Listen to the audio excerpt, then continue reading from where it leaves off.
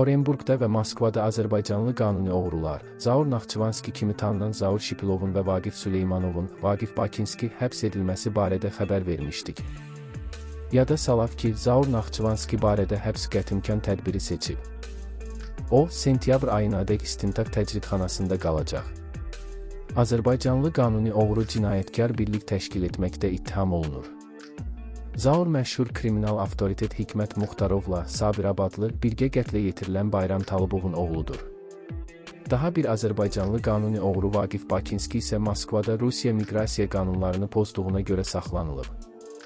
O isə 3 ay Daxili İşlər Nazirliyinin Moskva üzrə baş idarəsinin əcnəbi vətəndaşlar üçün müvəqqəti saxlanma təcridxanasında qalacaq.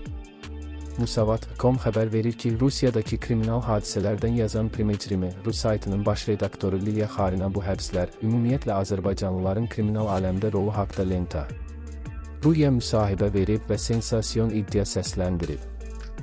Liliya Xarina deyib ki, indi Rusiyada cəmi 12 azərbaycanlı oğru var, onlardan ikisi Rəşad İsmailov, Rəşad Gəncinski 21 il müddətinə azadlıqdan məhrum edib və Hacı Baba Talıbxanlı 18 il həbs cəzası alıb. Rusiyada uzun müddət cəza çəkirlər. Ümumiyyətlə, azərbaycanlı qanuni oğrular hazırda yalnız Rusiyada cəza çəkirlər. Biri azadlıqdadır, qalanları xaricdə, bəziləri axtarışdadır. Onların arasında özünü ən yaxşı hiss edən hazırda İstanbulda olan Qulinin Nadir Səlifov, qardaşı Namiqdir deyə o bildirib. Baş redaktor hesab edir ki, azərbaycanlı qanuni oğruların həbsi Rusiya və Azərbaycan arasında gərginliklə izah etmək mümkündür. Hər dəfə Rusiya-Gürcüstan münasibətləri pisləşəndə Moskvadakı gürcü qanuni oğrular bundan əziyyət çəkirdilər. Eyni şey indi azərbaycanlılarla da baş verir. Bu həbslər mübadilə üçün deyil. Onlar Azərbaycana pulsuz da lazım deyil.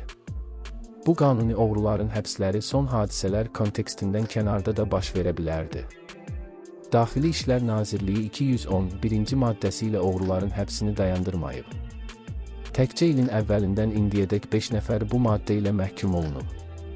Qanuni oğruların açıq-aşkar həbsi konkret təhlükəsizlik qüvvələrinin effektivliyinin göstəricisidir.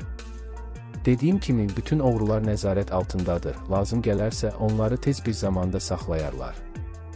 Səbəb isə həmişə var.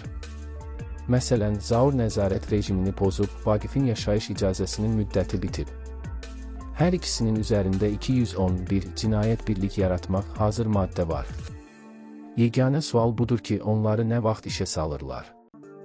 Maraqlıdır ki, baş redaktor deyib ki, hər iki azərbaycanlı qanuni oğru ölümcül xəstəliklə xərçəng mübarizə aparırlar. Onun dediyinə görə bu yaxınlarda həkimlər Vaqif Bakinskinin xəstəliyin inkişafının qarşısını ala biliblər. Vaqif Süleymanovu Rusiyadakı azərbaycanlılar arasında bir nömrə edən nədir sualına Liliya Xarina belə cavab verib. Arif Sumaqitskidən sonra ən yaşlı Vaqifdir. Təcrübə baxımından o, Arifdən geri qalır. Amma Ariflə müqayisədə o, biraz ruslaşıb. 80-ci illərdən Moskvada yaşayıb, birinci şəxslərə yaxın olub. Ümumiyyətlə, belə hesab edirlər ki, bazarlara nəzarət edən azərbaycanlılar da narkotik alverinə nəzarət edirlər, amma mən Vaqifin bu işdə iştirakını eşitməmişəm. Vaqif ümumiyyətlə böyük pul olan yerə burnunu soxmur və bu səbəbdən onu öldürməyə cəhdləri olsa da sağ qalıb. Vaqif oğru qanunları ilə yaşayıb, heç vaxt öz ailəsi, arvadı, övladı, hətta qeyri-qanuni yaşadığı qadın da olmayıb. Bakıdakı qohumlarından ancaq qardaşı və qoca anası var ki, ona hələ xəbər verilməyib.